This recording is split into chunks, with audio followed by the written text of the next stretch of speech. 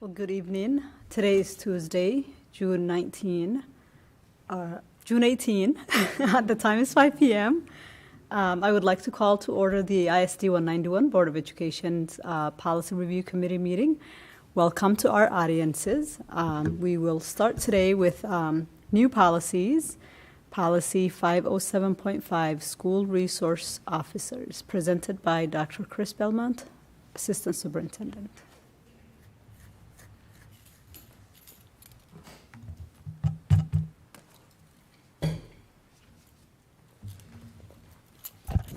Okay, thank you, Director Marsal, Director Connor, Director Alt. School Resource Officer Policy 507.5 is a new policy that's being proposed based on, the policy seeks to substantially reflect statutory requirements that were just worked through at the legislature in response to some of the questions regarding conduct for our school resource officer and if they are indeed agents of the school. So I just ask the review committee to look over the proposed policy changes.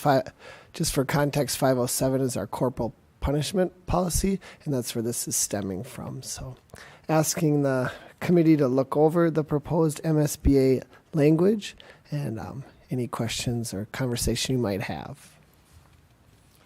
Thank you, Dr. Belmont. Any discussions?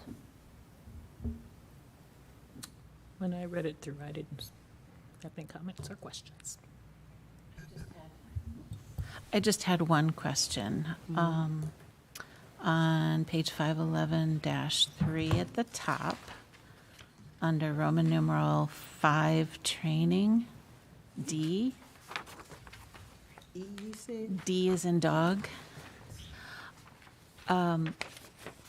Is it according to state statute that we cannot require substitutes to complete the required training?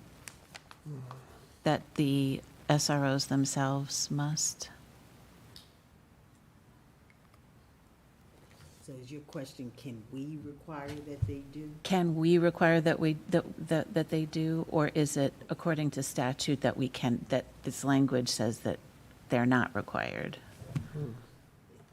It refers the statute in that sentence there, so we'll check. That would Yeah, be we good. can check on that. And if the answer is yes, it's according to statute, then I'm good. Sounds good. Thank you. Yeah. All right, and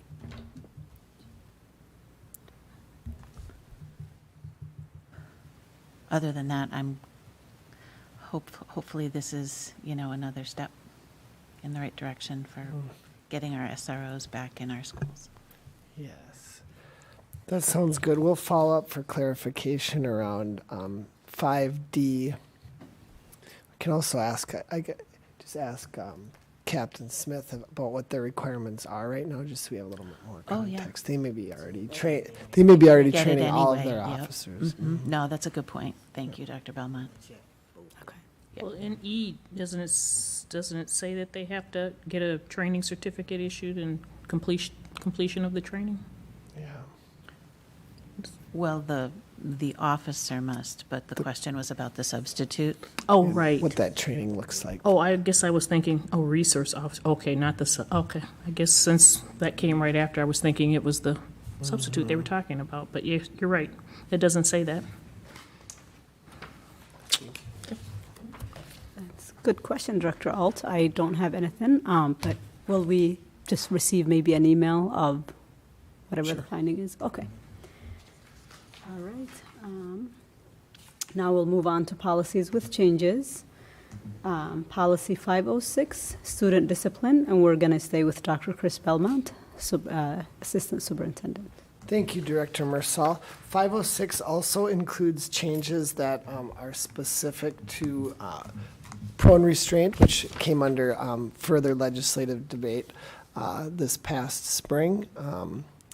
It talks about clarifications around the principal's role, as well as a specific, a lot of language around, and the teacher's role around prone restraint, as well as naming school resources officers as not falling under that same envelope of agents of the school. Finally, they've broadened some of the context for when restraints can be used. Specifically, they pulled out the word imminent from bodily harm or death. So I think that is the big changes to Student Discipline 506. Thank you, Dr. Belmont. Any discussions or comments from fellow members? I didn't have any comments on this very long, detailed policy. Yeah. And just a clarification on imminent, I'm glad you mentioned that. That was, again, legislative change, removing imminent and broadening the definition. Yes, correct. Section 125A, and then I believe then it went through the Minnesota School Boards Association. It's landed with us. Okay, great, thank you. Yeah, thank you. All right. I didn't have anything. 506 has a bit of changes, so let's put it on first reading. Okay. Sounds good. And then did you, sorry, Director Marcel, did you share for 507.5? Would that be also first? I think first reading, since it's a new Sure. policy. Okay, for so people that to makes kind of- sense. Yep. Sounds good. All right. Staying on with policies with changes, we're moving on to 507, corporal punishment, and we're staying with Dr. Chris Belmont. Thank you, Director Marcel. Yes, along the same context with the conversations around prone restraint, corporal punishments, and the different roles within our school system, the changes to policy 507 specifically name the school resource officers as not included as employees or agent of the school district. And then similar to how things are described in 506, the policy goes on to just clarify with more detail around what reasonable force looks like for those teachers, principals, and staff members who are identified as agents of the school. Thank you. Comments or questions? I have none. Just one. And then, obviously, with these revisions and going back to the new SRO policy, this will be covered in depth at the Welcome Back Workshop Week with staff so that they're aware of the changes. Actually, we are once again going to go to the school law conference. So they In will be August, asking yeah. us to. So that will be our leaders, our principals. That will be the first I believe it's August 8th. Yep. So it'll be on the, for welcome it'll be before, so the principals will be responsible for educating their buildings. out for the different employee groups. Okay, awesome. And then on August 8th or right around there, we identify points of emphasis with staff so we can, it sounds like this will need to be one of those points of emphasis. Gotcha. Thank you. All right. you. I didn't have I'll make a note of that. Let's put 507 as a first reading also, for Okay. people to just read through the changes. Thank you. All right, we're going to move on to policy 514, bullying prohibition policy, and we're staying with Dr. Chris Belmont. All night for you. For the bullying policy changes, they are a little more subtle than the other policies that I presented to tonight, but the district, or I'm sorry, the legislation and MSBA did clarify some pieces around training and education for bullying that we are expected to be discussing the bullying policy with students, that our policy should be posted for staff, students, and families, both physically and we make sure it's virtual too. And the district must establish a training cycle for school personnel to occur a period not to exceed every 3 school years. In 191, it's annual. So some some changes on how we train, or some policy changes on how we train. In practicality, it doesn't have a lot of implications because we're already adhering to those. And then also how we're posting and providing notice to families, students. Any other questions or things you noticed? Thank you, Dr. Belmont. Questions or comments? And in terms of specifically under Roman numeral 7, training and education, discussing this policy with students, that's really specific. Yeah. Are we discussing, we are already discussing it with Yeah. students? I mean, I don't have enough longitudinal context to know when, but I know that was a point of emphasis this year, stemming from that law conference and the new legislation. So it's presented both physically and in a conversation with students, our bullying policies. Good, thank you.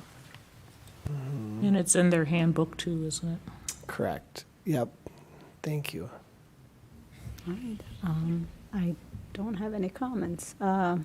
Fellow members, should this one go to first reading too, or? Okay, first reading. Okay. I wasn't you. sure about this one. Yeah. Lots of changes. Alrighty. Lots of changes, though not as significant as Yes. June felt last year. So. Yes, all right. We are moving on to policy 602, organization of the calendar and school day, presented by Dr. Chris Belmont, Assistant Superintendent.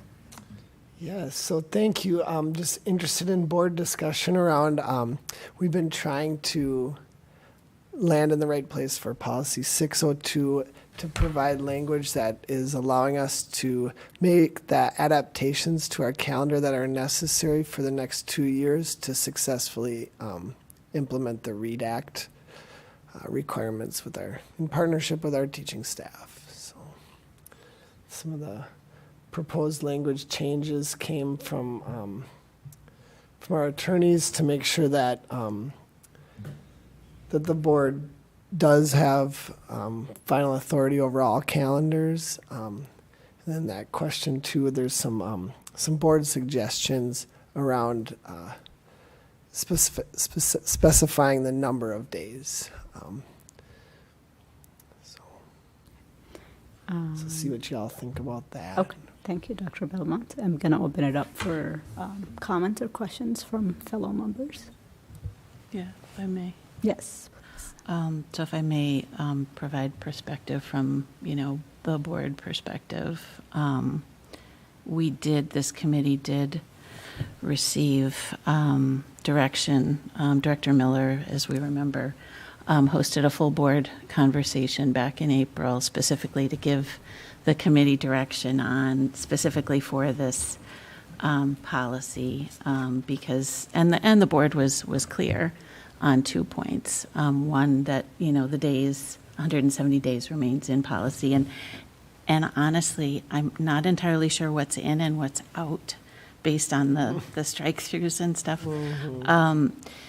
So nonetheless, it's my understanding that the Minnesota legislature also gave the leniency and the flexibility that we needed to be able to implement the READ Act requirements. So my recommendation to the committee is that we simply revert to the policy as it is currently, and just use that and send the current policy back to the full board, because this has already gone through a first reading. We would need to make sure that we follow that process. Director, can I offer one clarification based on I was also hopeful in watching the legislation, including in contact with our lobbyist for MASA. A lot of my colleagues and Dr. Battle's colleagues were really hoping for some clarity around the minimum number of days. So most of our districts, us included, are substantially over the minimum number of instructional hours. It's the minimum number of days in the case of, all of us is 165 instructional days is the floor. That was not addressed. So whether we are in session 169 instructional days, 168, 167, we still meet the minimum threshold of hours, which is what the legislation discussed this past spring. Quite frankly, it didn't change anything for us. What we're seeking clarification on for the board is that 170 days, because our task force is struggling to see a way to be successful with READ Act implementation without dipping below that to 169, if that makes sense. So it's our local policy that is That we're at challenging us. It's 179. not the state's. It's not the state Right, law. right. And the state understood that the state's minimum is 165. And the board was clear that we wanted to stay at 170 pending. I mean, the reason that we're discussing this so late was because we wanted to wait for to see what happened with the Minnesota legislature. Right. Since they did give the flexibility, it becomes a calendar issue. It's not a Right. policy This issue. is a 602 Yeah. challenge, yep. Yeah. So thank you, yeah. Okay, we were in agreement, all right. I just wanted to name the difference between the hours and the days. which we Right, learned, so yeah. what my recommendation is to committee members that we just revert to the existing 602 policy language, send that back to the full board for review and have that remain as is with the 170 days. Any comments from you, Dr. Connor? Yeah, I'm just making sure I understand so that, So the current policy reads 170 days. And that's what as a board, I think. And we can do that. April 18th. Well, we would need to because this policy has gone through a couple of reviews and the full board reviewed it with, I don't remember at this point, I would have to go back and look to see what the change was. But because the full board did a first reading, we we would have to need do to that. bring the current policy back for a first review to be able to have that be, again, the current policy. okay. Well, I think with that, I think the conversation in April was around adding some language to, if I Because recall, of- the yeah, the adding re- some language that stated it is in here, but I admit that I chose not to print it just because it says with the exception of the 2024-25 and 2025-26 school years, when the school calendar may fall below 170, or another iteration would be naming it as 169. But the legislature gave the flexibility and relief that we needed, rather than having all of the professional development in FY '25. You now have 2 years in which to get it done. So we don't need to worry about, So that's our attorney's perspective.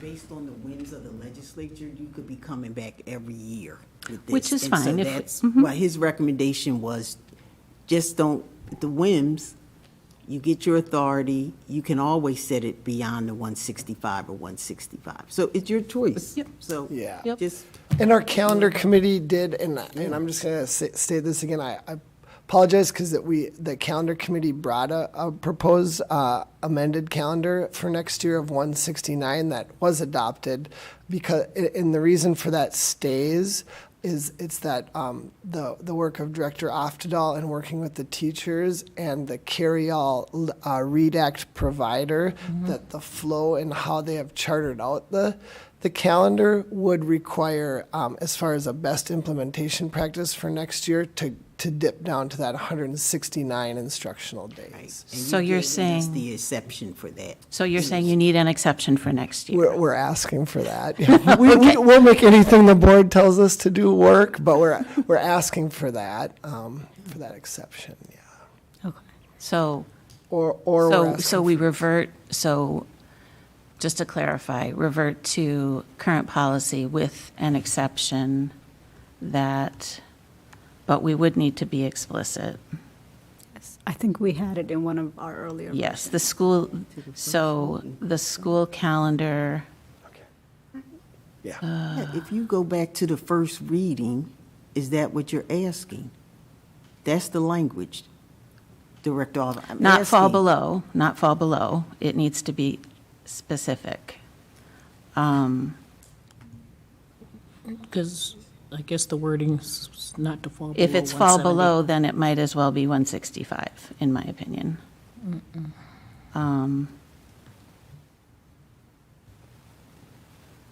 Just one moment.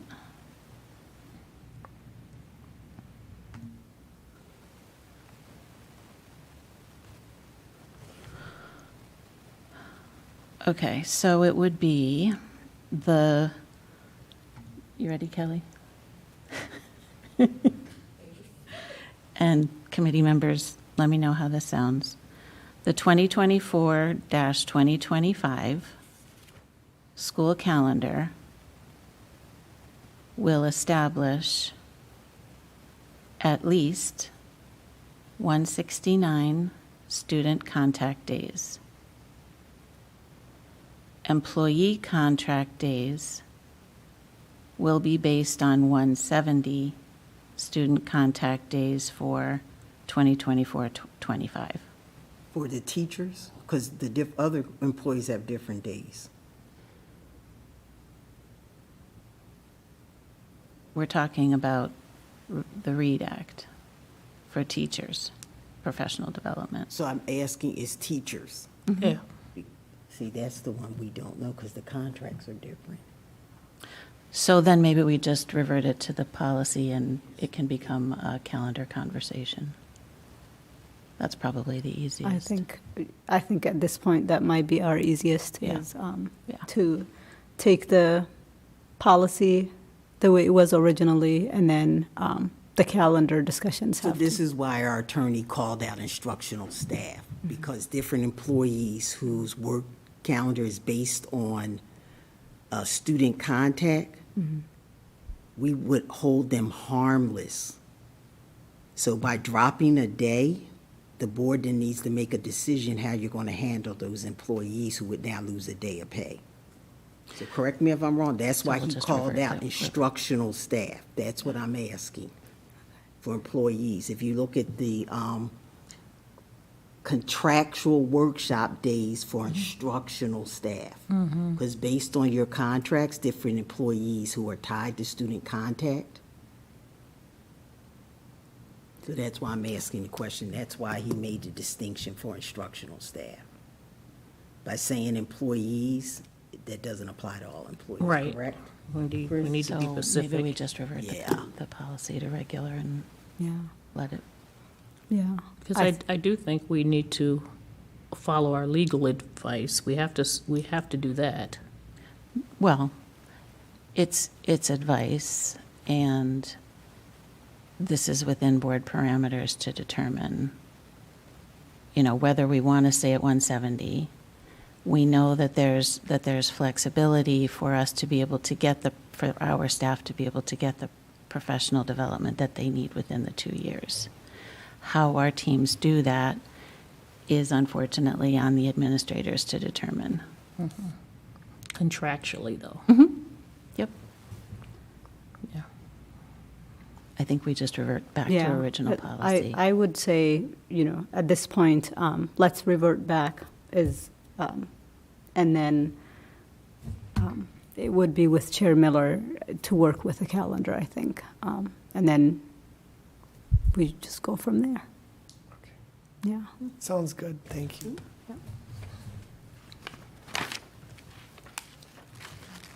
Okay.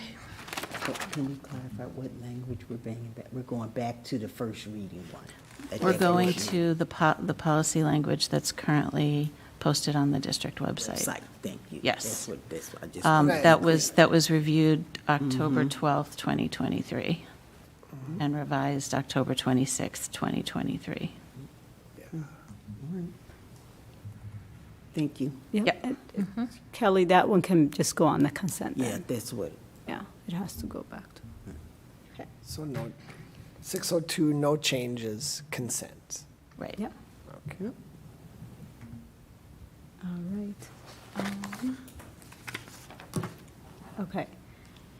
The next one is 602R. It is organization of the school calendar and school day, and this will be presented again by Dr. Chris Belmont, Assistant Superintendent.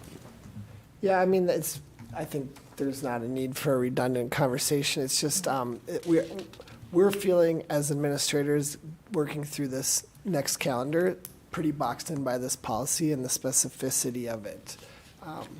If the board could ever choose to go to something like,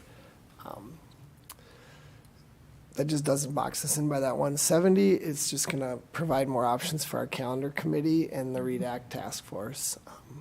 So we just wanted to make sure the regulation wasn't neglected if the board directed a change on that. For example, if it says we will have a maximum of 5 professional development days, well, that would, if we went to the 169 instructional days and added the PD day, then that regulation language would be out of sync too, so. Gotcha. So then this one Then will we'll be, convert this back to the policy. Yeah. Right, Just says keep it minimum back. student days at this will just get dropped. 170. Yeah, Okay. sounds good. Thank you both. This has definitely provided me with enough confusion, but I thank you. know. Thank you for leading and Terry. So do we have to have the 602R too? Well, you said it just gives you more Yeah. flexibility. I don't That's why, think that that's you why. Directs how we implement. Yeah, that was more for committee discussion. Right, Not okay. necessarily needing to go to the board unless people Mm-hmm. feel differently. Okay. All right, that sounds good. And we can move on to 501, school weapons policy. And this one, I am just going to talk about it a little bit. So there's a board member recommendation of adding a sentence to Section 5B.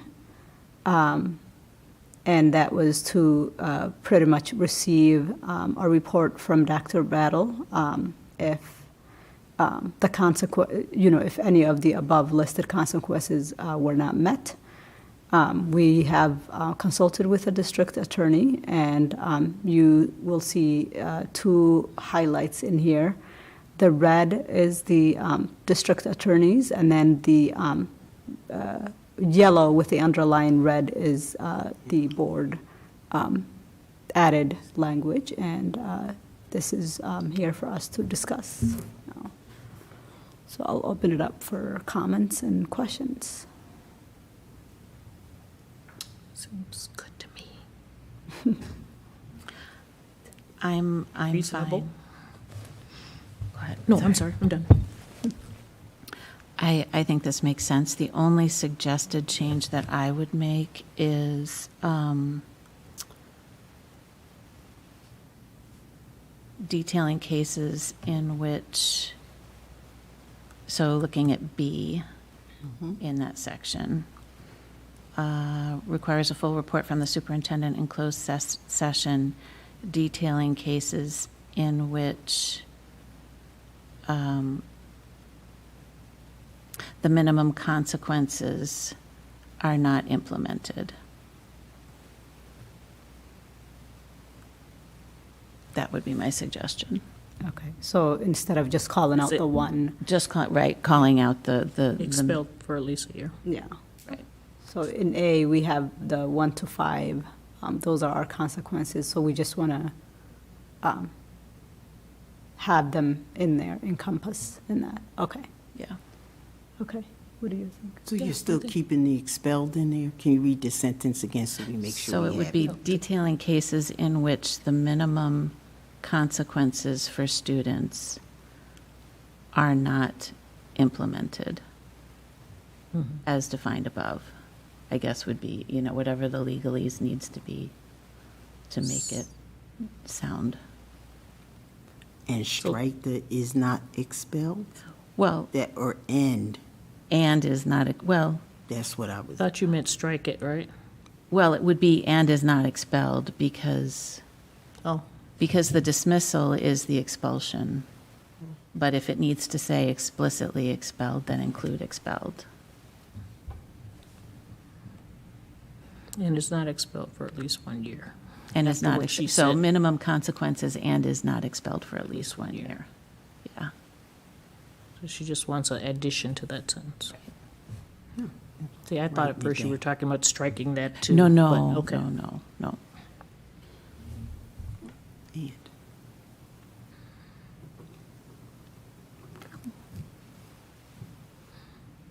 All right. Anything? Nope, I think that's fine. Let's put this one on first reading then. Okay. And then we're going to move on to 607, organization of grade levels.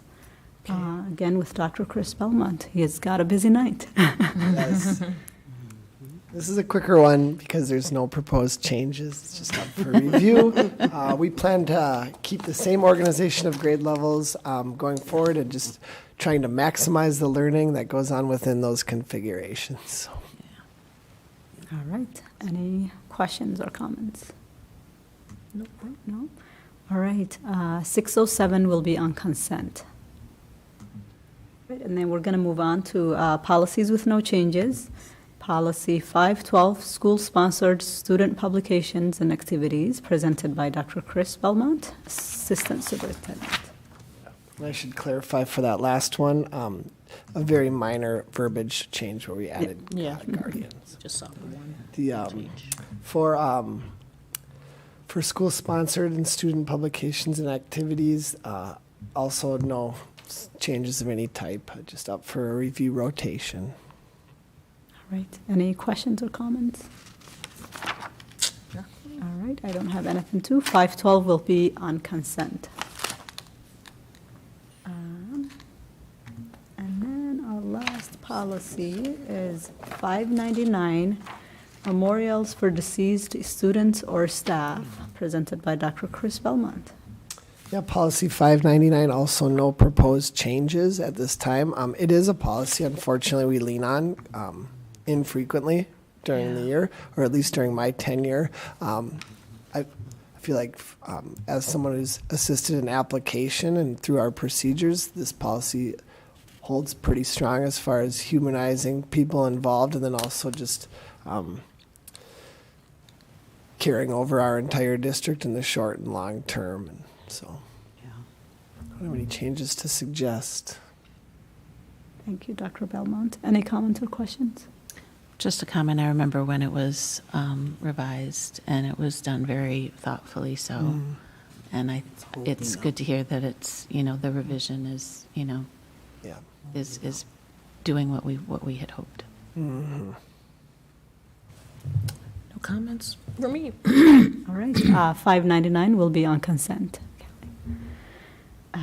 And that was our last policy, so we are adjourned. Thank you so much for a great discussion. Thank you. Good